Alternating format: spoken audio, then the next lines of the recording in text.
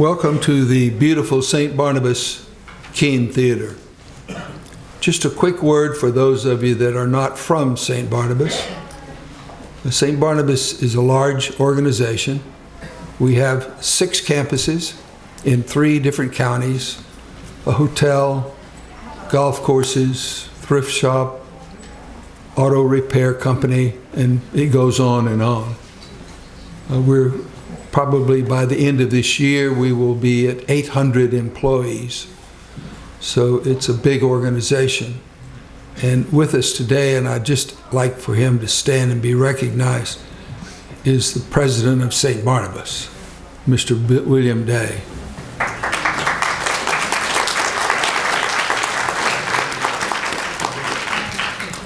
Mr. Day is in his 52nd year of service at St. Barnabas. We have, St. Barnabas began in 1900, and in 1900, coming up on 120 years ago, and in all of that time, we've only had 3 presidents. And so it's a very stable organization. But we are particularly excited today to launch the first Operation Heroes Veterans Forum. The conference will focus on the issues that are important to veterans that served during World War II, Korea, and Vietnam. Before we begin, I would like to ask everyone who can to stand, and we will give the Pledge of Allegiance.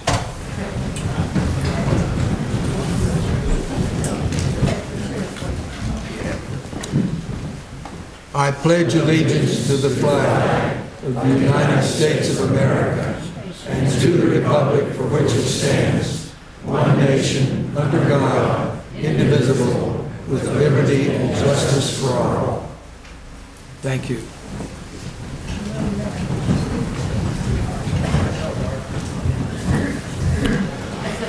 Whenever I do the pledge, I think about my father, who was in the Navy aboard an aircraft carrier, both in the North Atlantic and in the Solomon Islands in the Pacific. I think about my brother-in-law, who was a Marine raider on Iwo Jima, and I think about my grandson. He is a captain in the Marine Corps in Afghanistan, so keep him in your prayers. Our next speaker is Lee Wagner. Lee?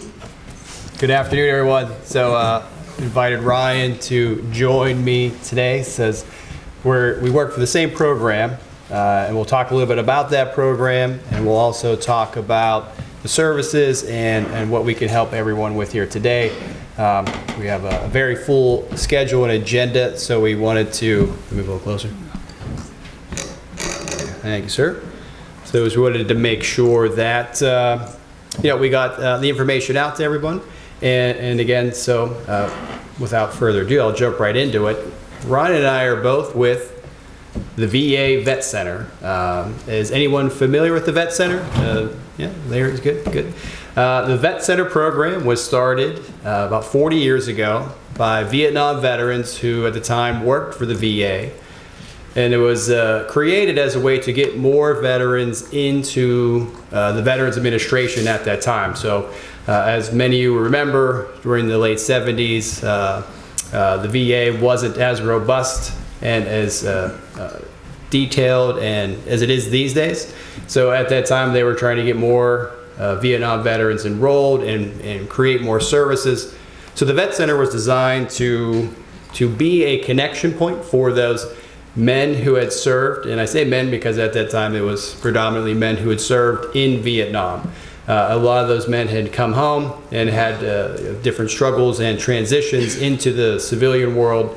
So the Vet Center was created to assist those men with that transition back to the civilian world. So today, fast forward to today, and the Vet Center is called Readjustment Counseling Services. And what that really means is we help combat and war zone veterans readjust to civilian life back here at home. And Ryan will go into a little bit more about what those services actually are, and where our offices are located and how we can support folks here at St. Barnabas. But really what we're designed to do is to welcome home the combat veteran from any era. In both of our offices and vet centers, if I hadn't mentioned, are across the country. We have 300 vet centers across the country and 80 plus mobile vet centers, and those are larger RV vans that travel around to the more rural areas of the country. And we're the ones who are designed and community-based so that we can be there for those war zone veterans from all eras: World War II, Korea, Beirut, Vietnam, Afghanistan, Iraq, Africa, wherever it was that men and women, nowadays, men and women, had served in harm's way. The vet center is there to be a connection point for those folks. So a lot of the work that Ryan and I do as outreach workers is to connect with these men and women and find them. I use the term, we're looking for a needle in a stack of needles. So our services are unique, and our services are specific to men and women who've experienced combat trauma. And again, we are there to kind of help with those specialized services. Again, Ryan will get into more details on services, but after the mid-90s and early 90s, another program we brought into the vet center was helping and assisting men and women who have experienced military sexual trauma. So those service members who have had that type of trauma anytime during their military career can seek out services at the vet center at no cost and for the lifetime of the veteran. And so we're really the part of the VA that is low-key, low-stress, community-based. Our offices are both in strip malls, one side of Pittsburgh and the other. So we're right beside a Chinese restaurant. So if you're ever in McKeesport, come out for lunch and stop in, say hi. So, but we're really are meant and we're designed. That's intentional. That's by intention for any person here who's experienced any type of trauma. Talking about it can be difficult and it can be challenging. So we at the Vet Center want to create a supportive and welcoming atmosphere and create programs and services that are welcoming for those men and women who have experienced any type of trauma, so that we can help them out and help them live a better life. So with that's a little bit of the update. I'll turn it over to Ryan, who will talk a little bit more about our services. Thanks, Lee. Hello, everyone. My name is Ryan Ahl. I'm the Veteran Outreach Program Specialist at the Pittsburgh Vet Center. Thank you very much to St. Barnabas for having us here today. As Lee just explained, we each work at a different vet center. I work at the one on the west side of town, near the Green Tree area, and Lee works on the one on the east side of town, in McKeesport, White Oak area. So what do? We provide counseling for war zone veterans and their families. We do individual counseling, we do group counseling, we do marital and family counseling, and as Lee mentioned, we do counseling for military sexual trauma. What's different between us and the VA? Because you can go to a VA hospital and receive behavioral health. The vet centers do not require you to be enrolled in VA healthcare to come into a vet center, and there is no copay for any of the services that we offer. We're also completely confidential. So although we are part of the VA, we don't share any of our information with the rest of the VA. Anybody who comes into a vet center, their information is held confidentially there. And in order to share that information, you actually have to physically sign a release of information. So we do individual and groups. A lot of our group counseling is based typically around era or type of counseling that'll be done there. So we have like a Vietnam veterans group, a World War II group, OEF, OIF for the younger veterans. We also do spousal support. If we have any war zone spouses in here who maybe a widower or a widow who was the spouse of a combat veteran, we do have spousal support groups as well. Every vet center is a little different. The entire point of the Vet Center program was to reduce the barrier as much as possible for a veteran to receive care. So we do what fits into our community. So for instance, my vet center has a yoga group and a writing group, and Lee's Vet Center has a spousal support group and fly fishing, so you can come in there and do those things. We do these things to reduce the barriers to you guys receiving treatment. So when you come into a vet center, if you are in crisis, we can typically see you that day. We only have a one-page enrollment form, and like I said, you don't have to be enrolled in the VA to come in there. We also provide assistance with other VA questions as much as we can, or at least we can get you to the right person in the VA to answer your specific question. We have service officers who come into our office to help out with those things. Eligibility-wise, if you are a war zone veteran or you have an expeditionary medal or you saw combat of any kind, you can be seen at a vet center for an unlimited amount of time.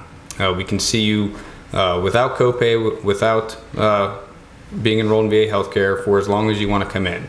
If you are a non-war zone veteran, but you are in crisis, you can still be seen at a vet center for up to 5 visits. And we're going to make sure that you guys get a good referral to somebody else to be seen there after your crisis has ended.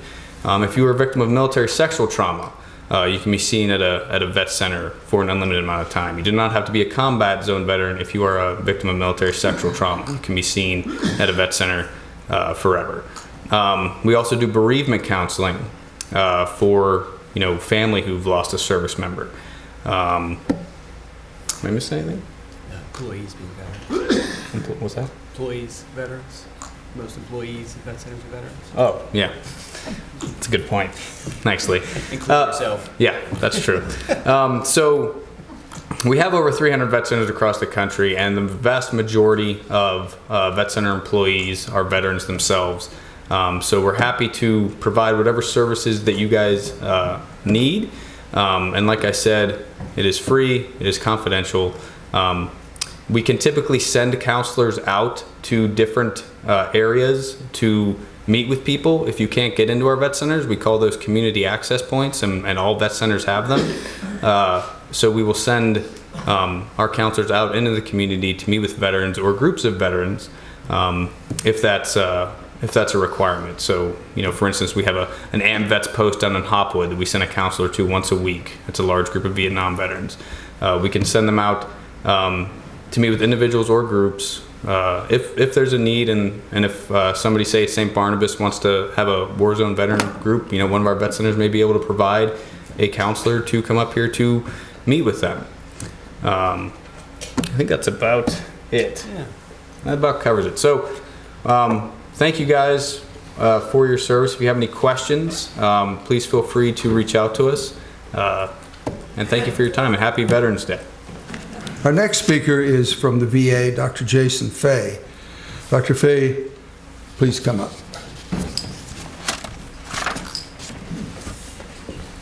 Thank you. Okay, good afternoon. My name is Jason Fay. I'm the group practice manager at VA Pittsburgh. And I want to thank you again for allowing me to come into your home, to your community, to present to you on this day. I'm going to talk a little bit about the Mission Act, and hopefully that you've heard a little bit about it. And I'll try to hit the high points, but I just want to encourage you that I will be in the back, I think the Valley Forge room there, with some other people, that we have some more information. There's some good handouts on care at the VA. So if you do have a time or we don't get to your question, please stop back and we'll talk a little bit more at length. So the VA Mission Act 2018 is landmark legislation passed on June 6, 2018, with a major implementation date of June 6, 2019, which also coincided with the 75th anniversary of D-Day. Several of the first pieces of the law were destined to be enacted on June 6th of this year. But the law really continues on for the next several years into almost a decade of continuous updates and program implementation.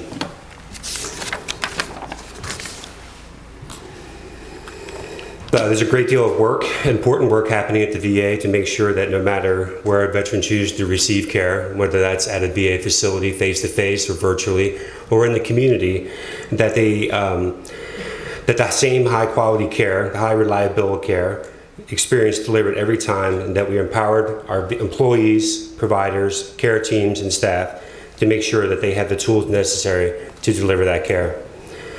At the core of our approach to implementing the Mission Act is delivering excellent experience for veterans, their families, and their caregivers. This, of course, is something that we work at every single day, but the Mission Act gives us new tools and ability to deliver on that with greater ease and to maximize the experience for the veteran, their families, and caregivers. VA is one integrated system of care with internal and community aspects. It is important for us to fuse these two together as we work to grow our system, as we grow our network. The Mission Act enables us to strengthen both sides, our direct delivery of care through our facilities and telehealth, and by streamlining our community care process so that when veterans need care in the community, it's easy to get and it's easy to deliver. The Mission Act enables us greater transparency and empowerment for veterans. That is right for them. They can make decisions based on information around their relationship with the VA provider and their community provider, around wait times, around their ability to seek care, about their ability to get quality care and quality measures, so that we can help the veteran be informed and choose the options that are best for them in a way that is leading U.S. healthcare industry in transparency and empowerment. The VA Mission Act for Veterans presents the VA as an enhanced, trusted, caring partner, better able to meet veterans' needs where they are, with the right care at the right place, at the right time, with greater convenience, and again, using telehealth to not necessarily cause veterans to travel if we can meet them in their living room or someplace that's accessible and convenient for them.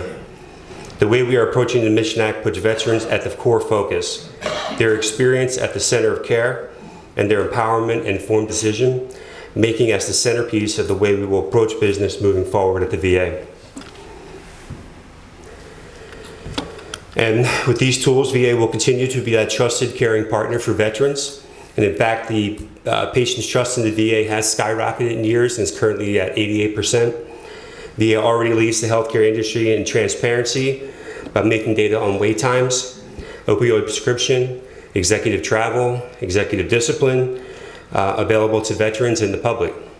The Mission Act will add to that ability to show quality measures to veterans and empower them to make informed decisions in partnering with their care teams.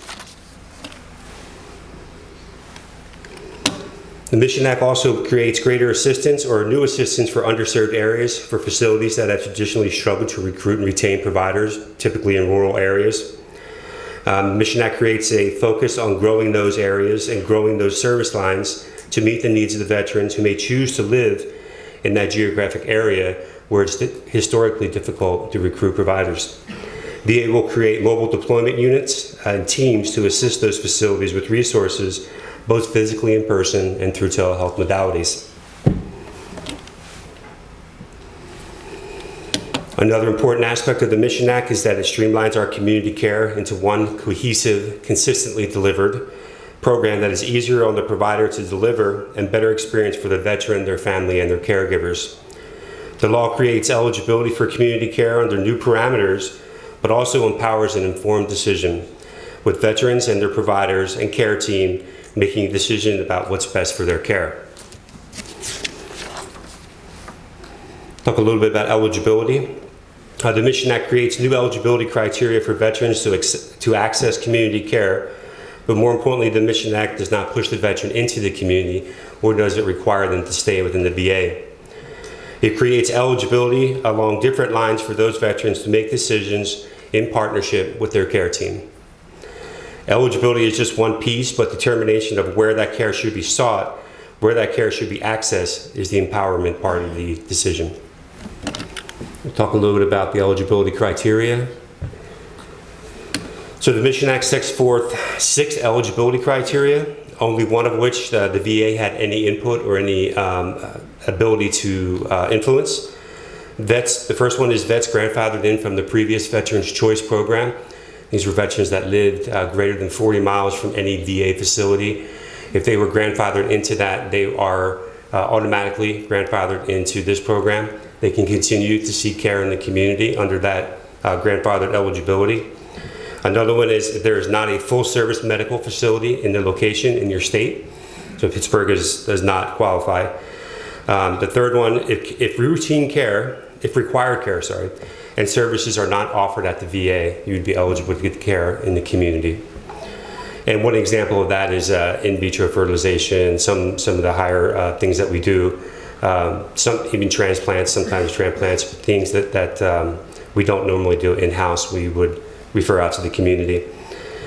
Number 4, if care and services that the veterans need are not in compliance with VA standards of quality, and this was a big change from how we used to do it. Congress and the Secretary will define what quality standards are, and then we will match those to the community. And if our care or our quality of care is less than the community's, you could be eligible to receive your care in the community. And so those standards are currently being developed and haven't been finalized, but they're expected to happen this quarter. And number 5, additionally, and this is new under the Mission Act, if eligibility for community care is simply in the best medical interest of the veteran, perhaps that veteran doesn't meet one of the other 5 criteria, but the provider knows and is deciding in partnership with the veteran that it is in the best medical interest of the veteran to get their care in the community, that in and of itself can make you eligible for care. The one set of criteria determined by the VA are the access standards. This includes drive time for primary care and mental health of 30 minutes and specialty care of 60 minutes from your home address. And the other piece of that is the wait times, I'm sorry.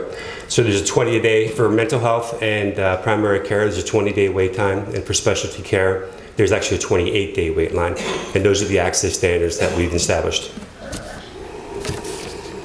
Again, the most important thing to focus on is that we're not pushing veterans into the community.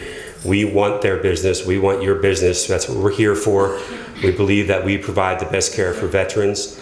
But if for some reason you have an eligibility and you want to take that care to the community, we will help you with that.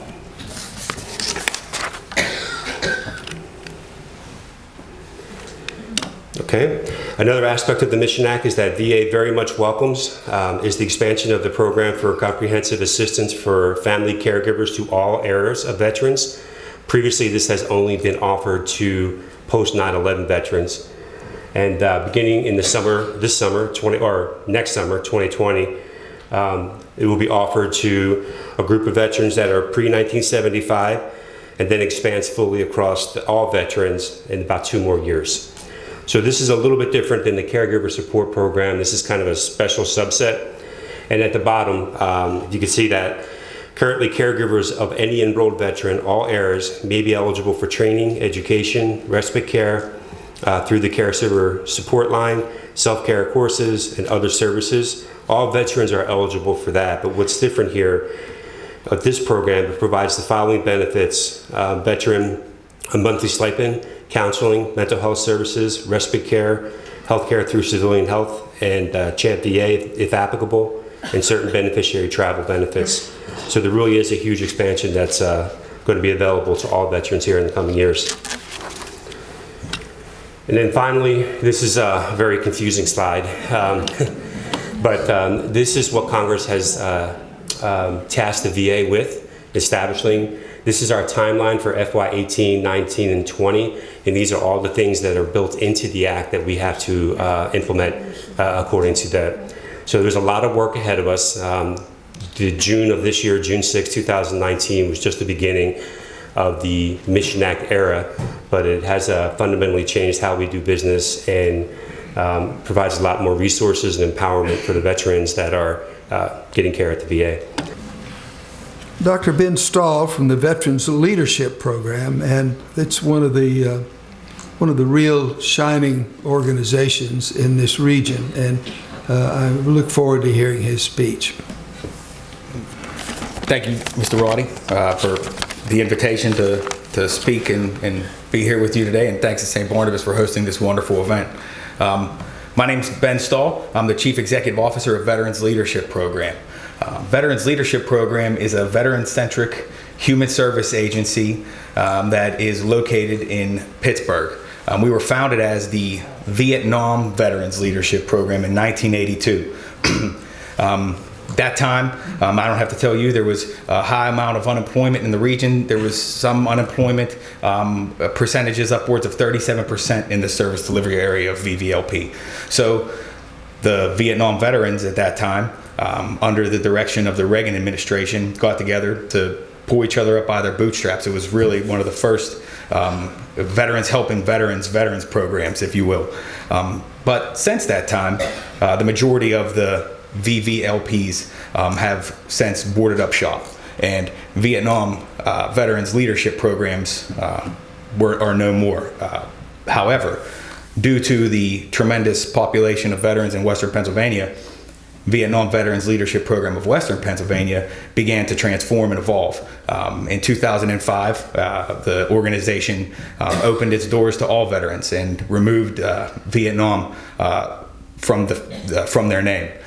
Since that time, we've continued to evolve, and now we're the Veterans Leadership Program. We're the only one left standing out of the initiatives in all 50 states.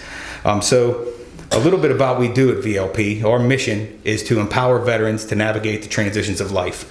And we do that primarily through providing housing, employment, and supportive services to veterans and their families. Right now, we provide those services in 23 counties in Western Pennsylvania and some parts of Ohio as well. Now, why focus on housing, employment, and supportive services? And I can give you a little bit of why those are our focuses. Housing is essential for any veterans reintegration, and veterans who face housing instability are 5 times more likely to suffer from mental stress, and they're also 6 times more likely to have suicidal ideation. So at Veterans Leadership Program, we provide housing programs in a variety of formats. There's a couple technical terms I can get into. We essentially have permanent housing programs for disabled veterans, where we facilitate the payment of your rent, and you are getting ongoing case management and supports. We also have homeless prevention programs where if a veteran is having difficult time making ends meet, everyone's living paycheck to paycheck now. You miss a rent check, you get an eviction notice. You come to Veterans Leadership Program, we have resources to help you get through that. We also have rapid rehousing programs where we assist veterans get off the street. In 2015, Allegheny County undertook a challenge issued by then First Lady Michelle Obama to end veteran homelessness.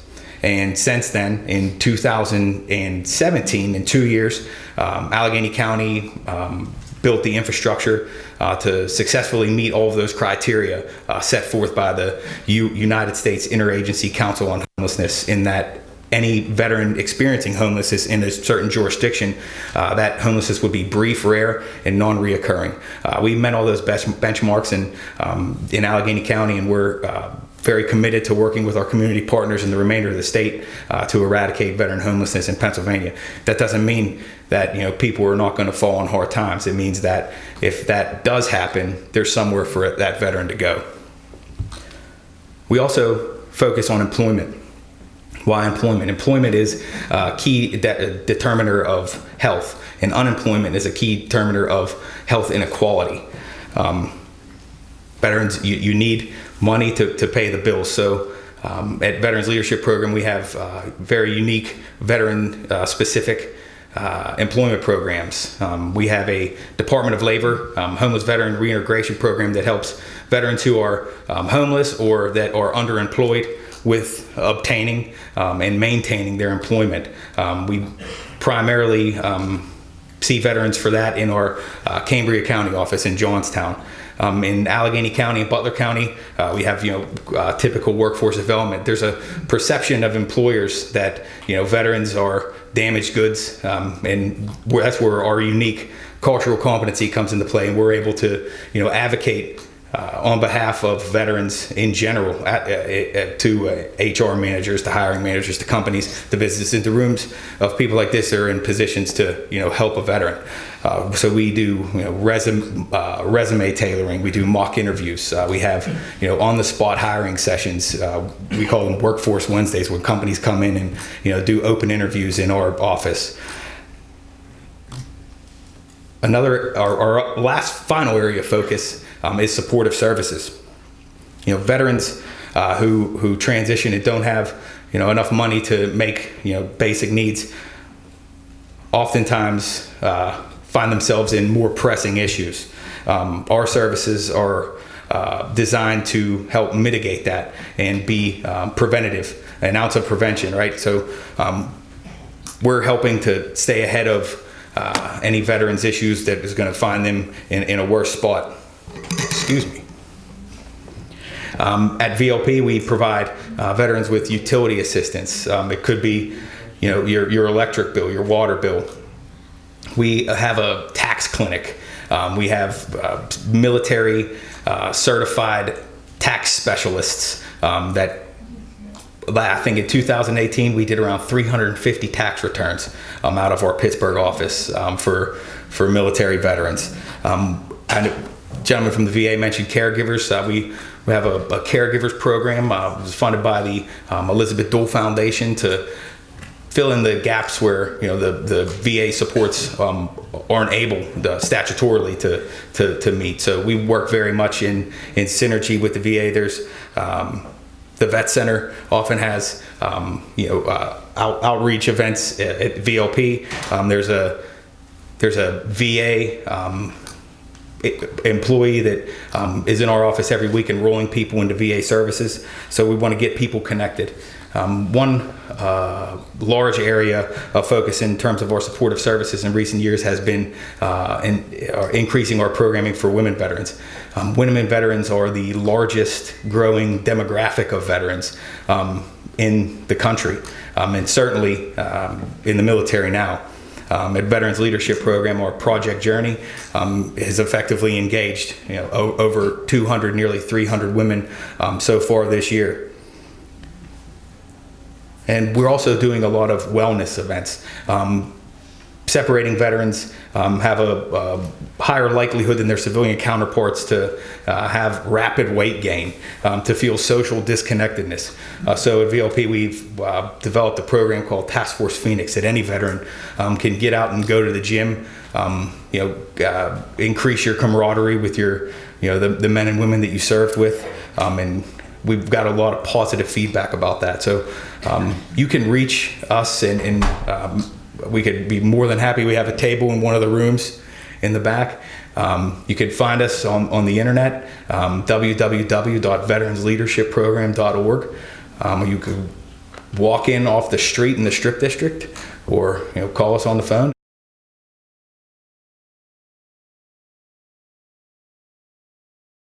Larry Googins is a Vietnam Veterans Association, and he is everywhere.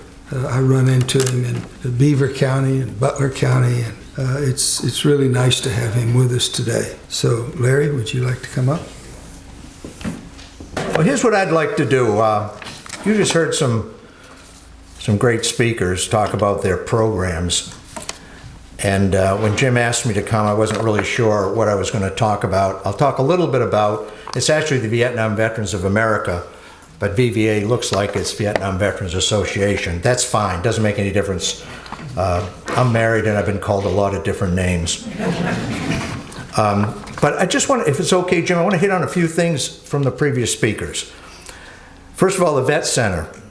I work with the Vet Center, our chapter does. We work with the VA, of course, and the Veterans Leadership Program. In my opinion, the Vet Center is extremely underutilized. They talked about already that there's no cost involved in that. But I'll tell you what they mentioned that they do. They do all of what was just described. And for some reason I haven't figured out, the promotion of that service hasn't occurred as much as I think it should. And I'd say that the VA and all the VA offices should promote what they do that the VA can't do, because the people that work down there are superb and they are an asset to veterans. Now, my opinion only, I think they're underutilized, and people should be sent there. They can do things to veterans, to help veterans from veterans. I think everybody here knows it's a veteran, that veterans can talk to veterans in a unique way that others can't, and the Vet Center can do that. I talked about the Mission Act. The Mission Act is superb. It has some growing pains. It's got a long ways to go, I'd like a copy of that last slide also. Jim, you and I will work on it. We'll see what it really says. Maybe the Marines can figure it out. Now they won't be able to figure it out. But I'll tell you, it works. It works. I don't want to give you a lot of examples. I'll give you one quick one for myself, and first a little bit of a joke, I guess. Because of my, by the way, I am a Vietnam veteran. I flew airplanes in Vietnam. I flew 193 combat missions. And after I retired, after I was in the service, I flew for U.S. Airways.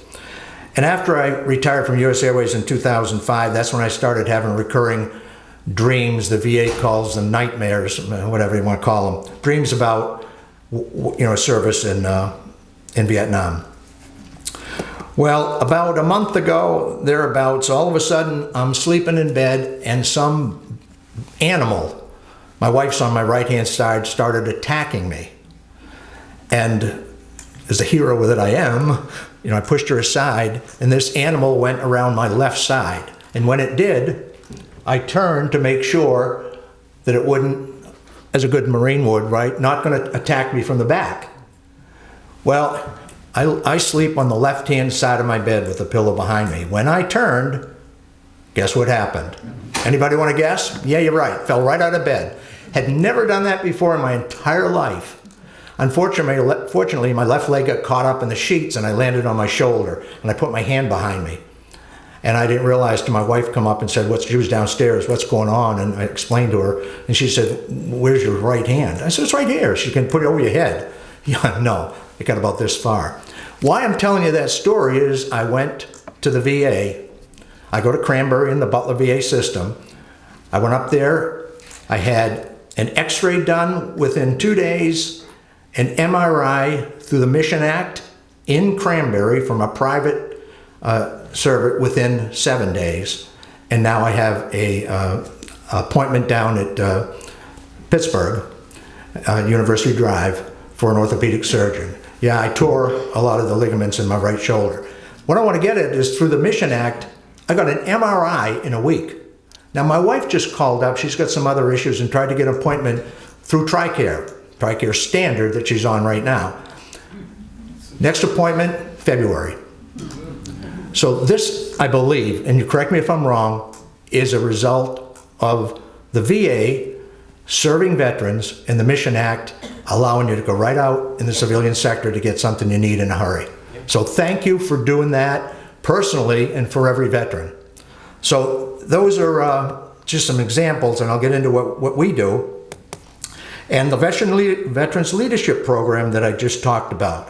The Veterans Leadership Program works with all veterans. They said they changed their name. Yes, they did, but they didn't change their service to Vietnam veterans. They still serve Vietnam veterans, and they serve them very well. And I work with several of the representatives from the Veterans Leadership Program, one in particular with the Veterans Treatment Court Program with Christie. And I'll tell you what, they are outstanding. And they will not, they don't work on a clock. They will stay and work until the job is done. So I want to thank those three organizations from our chapter of Vietnam veterans for what you've done for veterans. So thank you.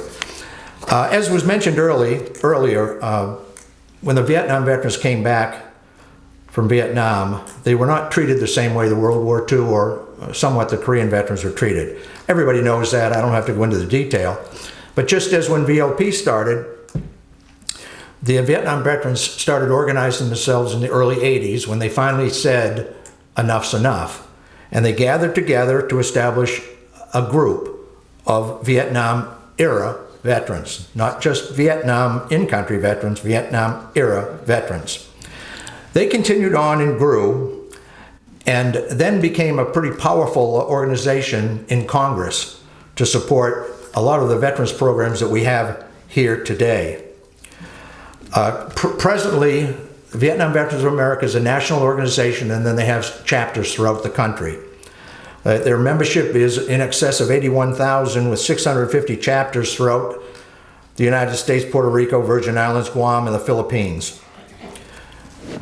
The greatest emphasis in coordinating national activities and programs, the national organization, and working with the local chapters, which really do all of the work. I'm the president of our local chapter. We're the only chapter in southwestern Pennsylvania. The next closest chapters are in Erie and Altoona. So we have a large membership, 830 members of our chapter from all of southwestern Pennsylvania. It primarily did start in Beaver County, but since we're the only chapter, it's spread throughout all of the counties, including Allegheny County. By the way, there is another very active Vietnam Veterans chapter, primarily in Allegheny County, Vietnam Veterans Incorporated, VVI. And they do the same as we do.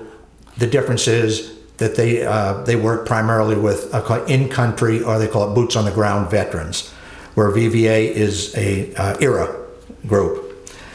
So that's how it got started, and it's very powerful now, VVA, in Congress.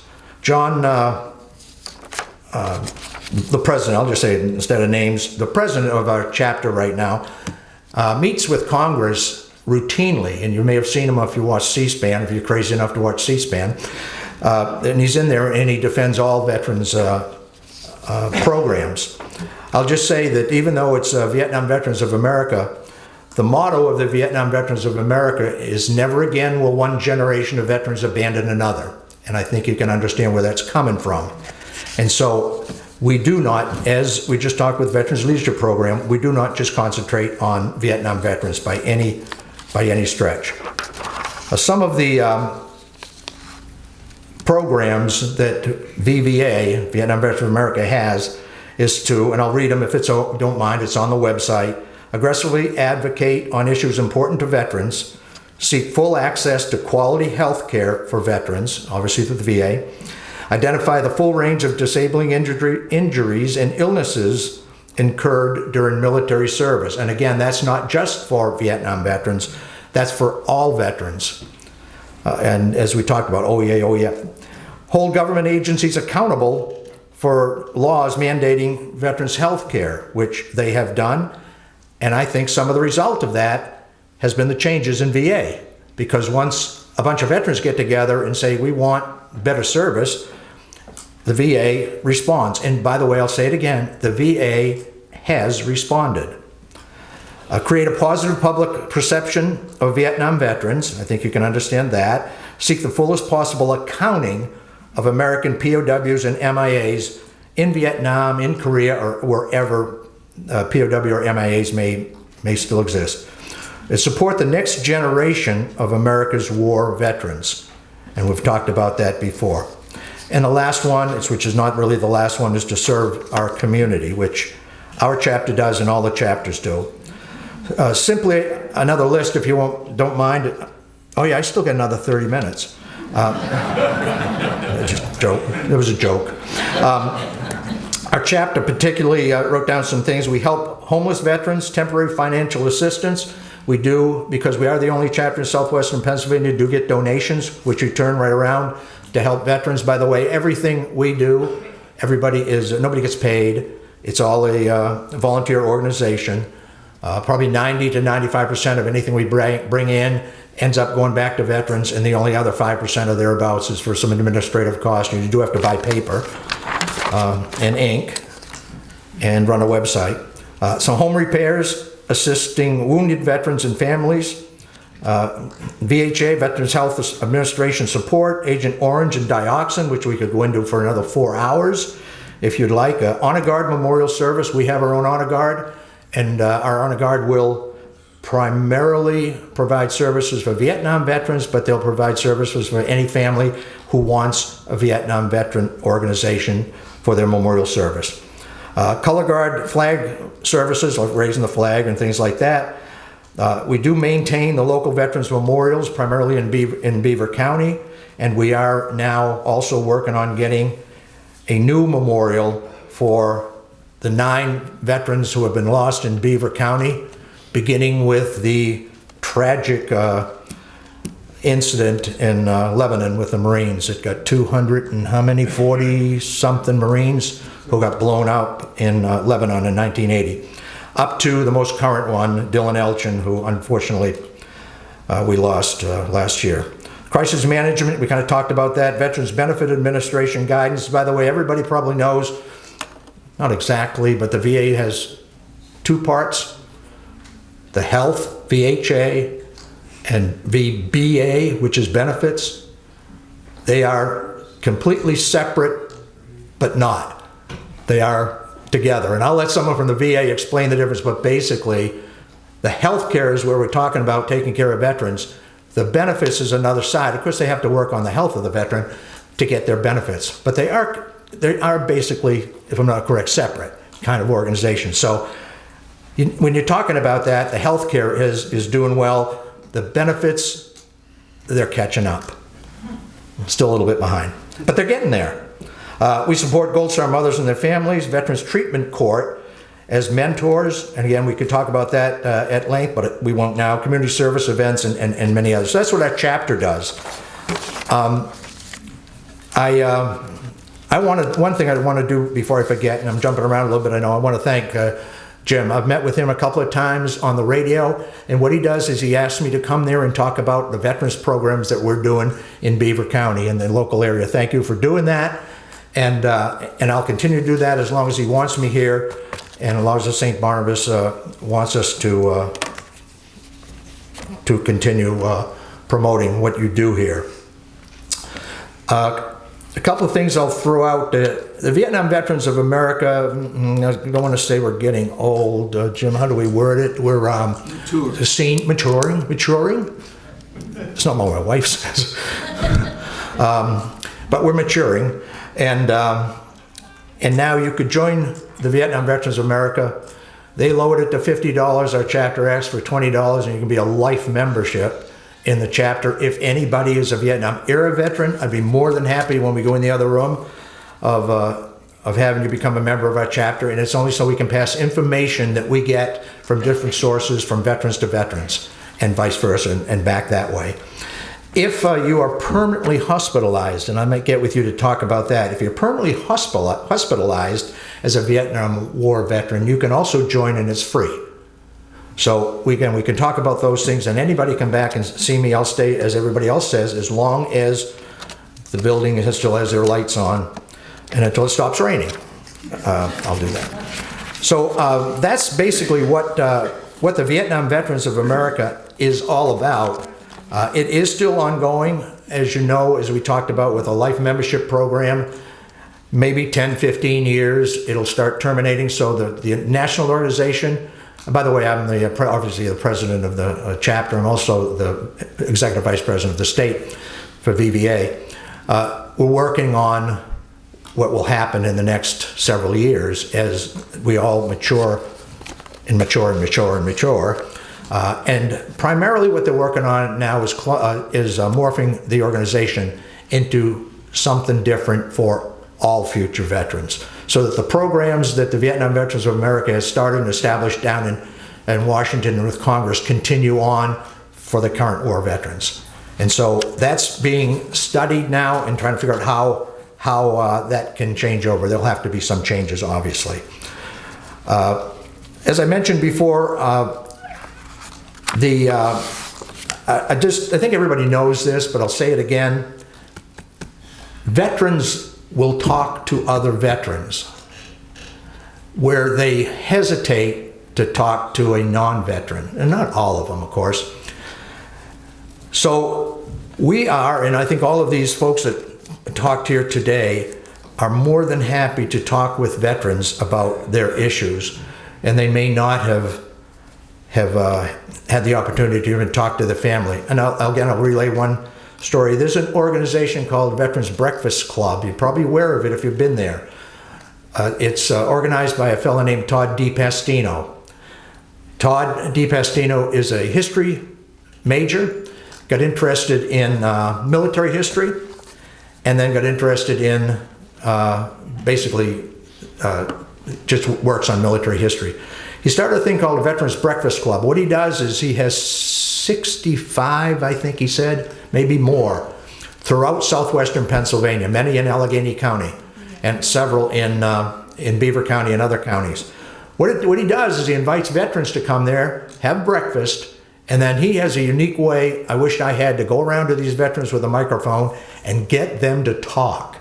And they'll talk about their experiences or stories. A lot of them are humorous.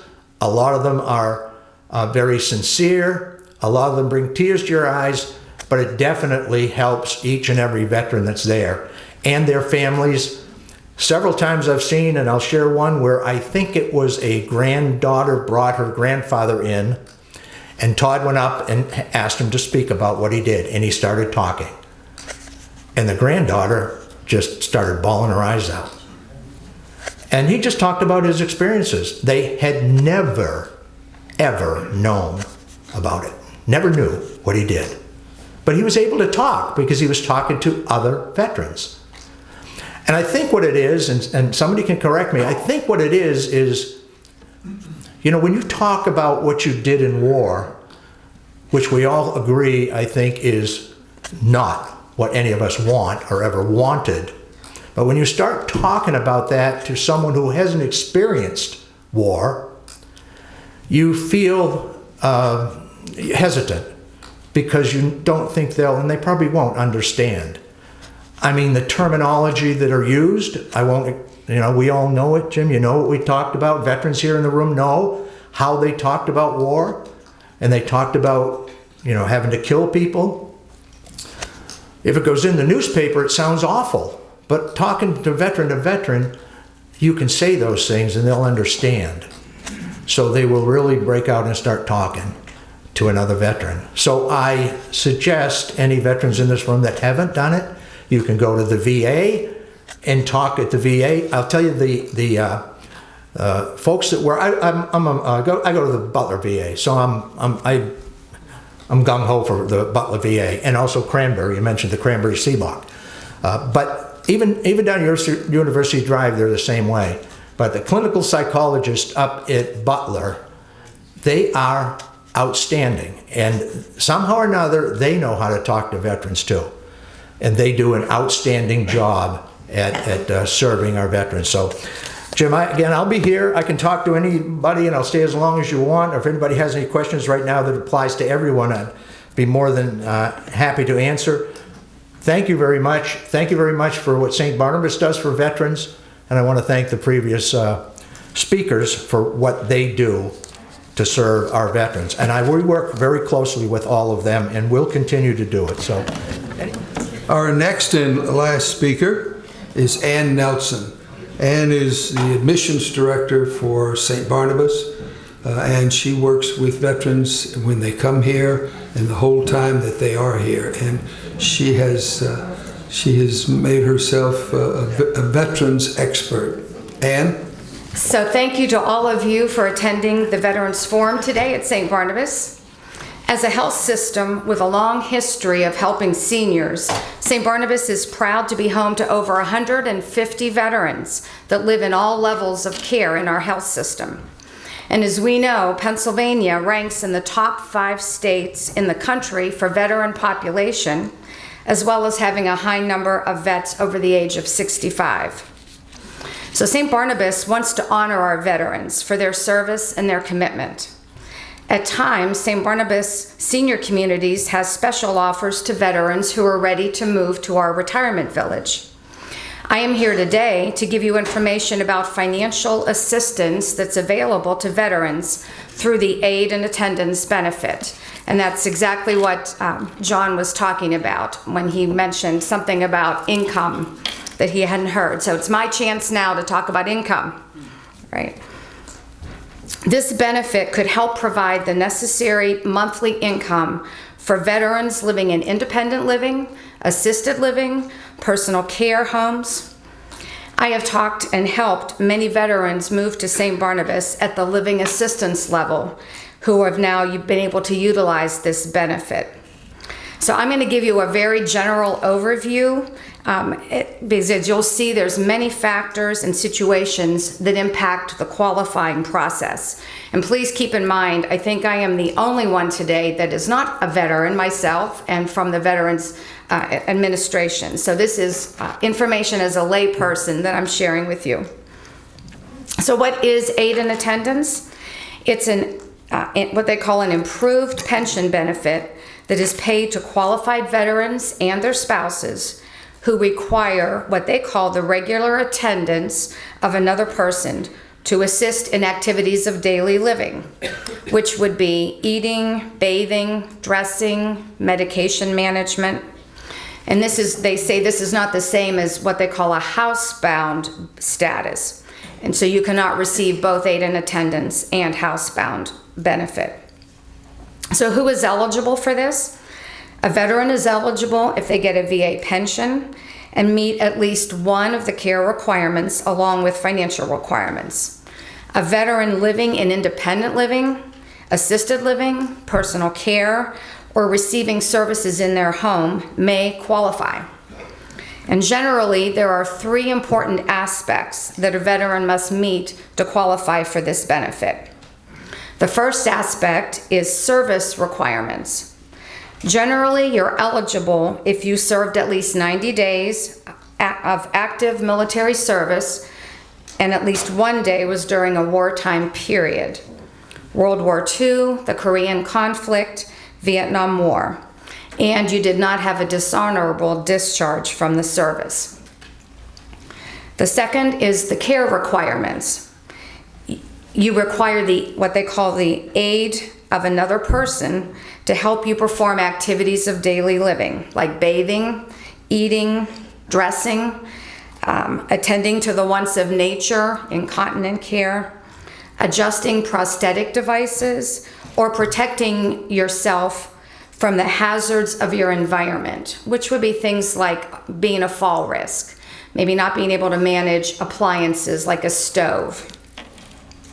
Or you have to stay in bed or spend a large portion of the day in bed because of illness or disability. Or you're a patient in a nursing home due to the loss of mental or physical abilities. Or your eyesight is limited and they have some criteria as far as your acuity or your peripheral vision goes. A physician assistant, a certified nurse practitioner must complete forms and agree that the veteran either needs assistance with several activities of daily living or needs supervision due to cognitive or physical limitations. The third area is the financial requirements, and this is where the income may be a factor. So I don't know if you are aware of this, but what they call the Aid in Attendance program had a major overhaul in 2018. The new rules took effect October 18th of last year, with several major changes to the financial requirements. These have several components, including income, your out-of-pocket medical expenses, and assets. Income can be reduced by the out-of-pocket medical expenses, such as the amount of money you're paying to live in independent living, assisted living, or personal care, as well as any other non-copay but out-of-pocket expenses.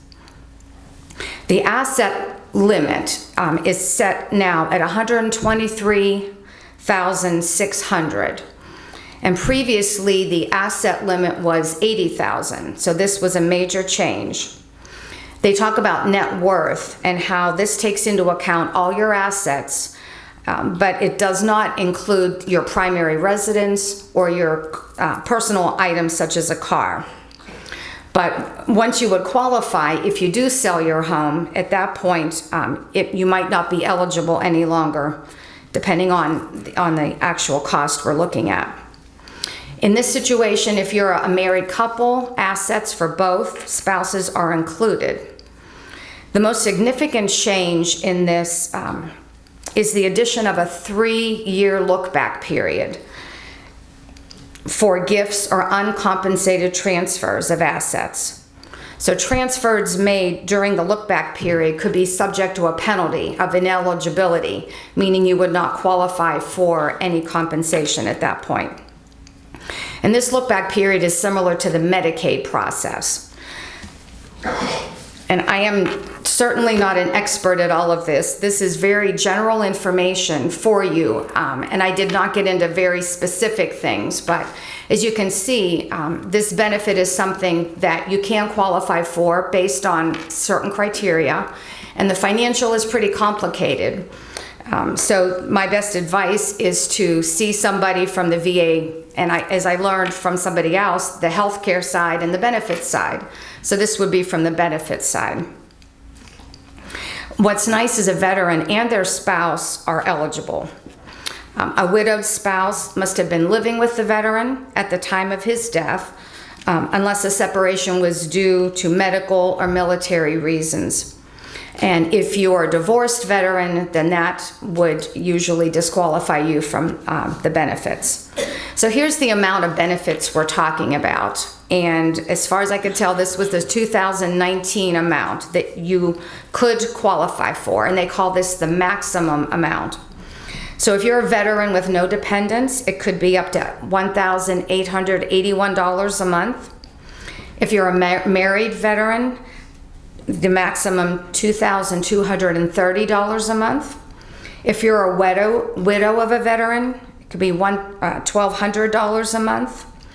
And if you're a healthy veteran with an ill spouse, where your spouse needs the care, it could be up to $1,447 a month.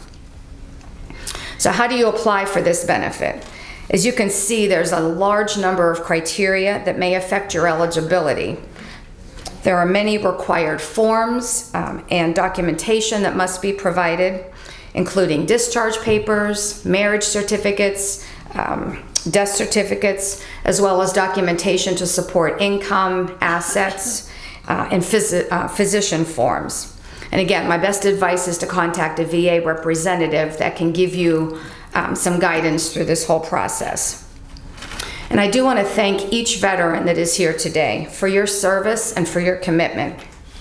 As a proud mother of a Marine and a mother-in-law of a Navy nurse and an Army veteran, I personally understand the sacrifice and the commitment that each of you made. And it is my honor to offer information and guidance that can assist you at this stage of your life. Thank you. I would also like to echo Ann's thanks for all of your service. It's an honor to be a Marine, and it's an honor to be here with members of all the armed services. And we really do at St. Barnabas value that and want to do everything we can to make your life, the rest of your life, as happy and as secure as it can be. Thank you all for joining us today. God bless you all, and be sure that you join us again for the Veterans Forum.